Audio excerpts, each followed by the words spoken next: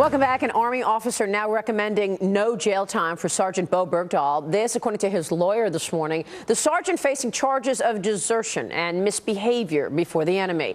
He was captured by the Taliban after leaving his post in Afghanistan back in June of 2009 and returned to the United States last year following a controversial prisoner swap. Instead, the officer has decided Bergdahl should face a lower-level court-martial. That could possibly allow him to walk free.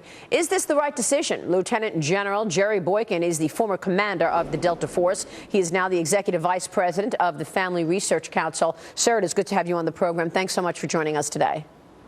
Thank you, Maria. It's good to be with you. Do you agree with this recommendation? You know I don't.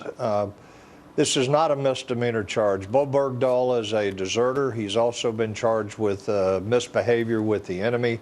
These are very serious charges, and I suspect that what's being recommended is that he be taken to what's called a summary court rather than a general court, which would ultimately result in a trial by jury.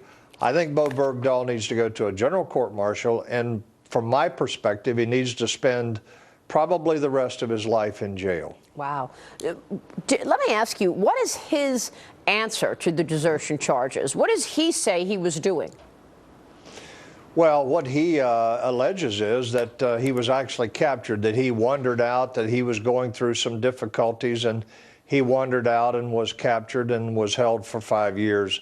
I don't buy that in the least, and there's way too much evidence to show that he planned his desertion, that he mailed his computer home, that he had said a lot of things to his fellow soldiers about his dissatisfaction with what was going on at the time.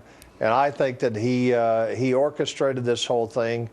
As a result of that, we traded 5 of the most hardened, egregiously difficult criminals out of Guantanamo for his release, and that has yet to be, I think, reconciled from my perspective. He needs to go to jail.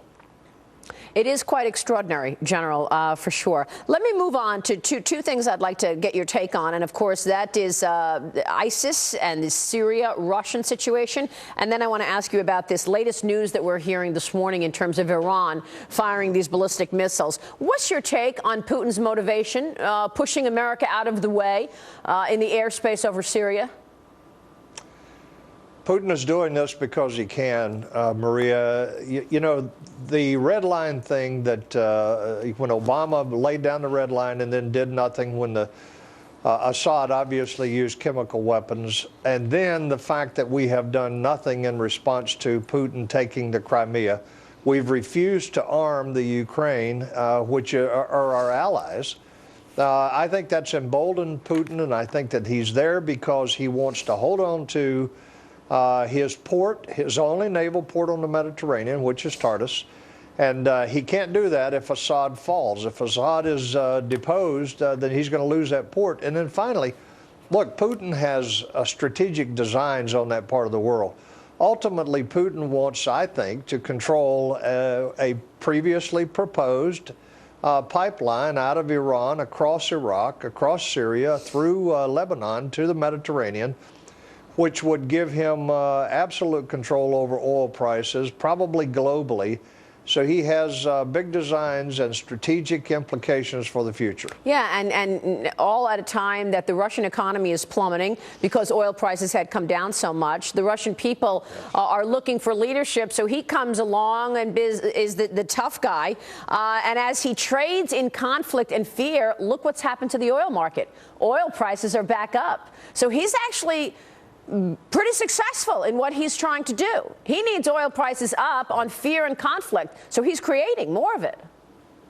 Yeah, that's right. And, you know, the Saudis and the other Gulf state countries have to be considering right now the implications of this, and they have to be wondering if they're next. Because Putin, now that he's there, once he has what he considers to be control of Syria, he's going to expand. I don't see this as something that's going to last just a few months. I see this as a long-range plan on Putin's behalf. He's very strategic in his thinking right now. Yeah, I want to ask you about these reports of Iran test firing long-range ballistic missiles, and I'll ask you what I just asked Congressman Peter King, and that is this evidence that the Iranians have already violated the Iran nuclear deal? Well, sure it is, and they've been testing missiles for a long time, the Shahab series of missiles, and they already have missiles that would certainly reach Israel, which they consider to be their primary enemy. But the fact that they, if these reports are proven true, the fact that they're testing missiles now, before the sanctions have even been lifted, is just another indication that they never had any intentions of living up to the provisions of this treaty. And think about this. They're going to get $150 billion right away that will allow them to buy even more missile technology, even more modern missile technology, particularly from the Russians. Right, and perhaps sell it to Hezbollah or Hamas or whoever Iran would like to sell that to.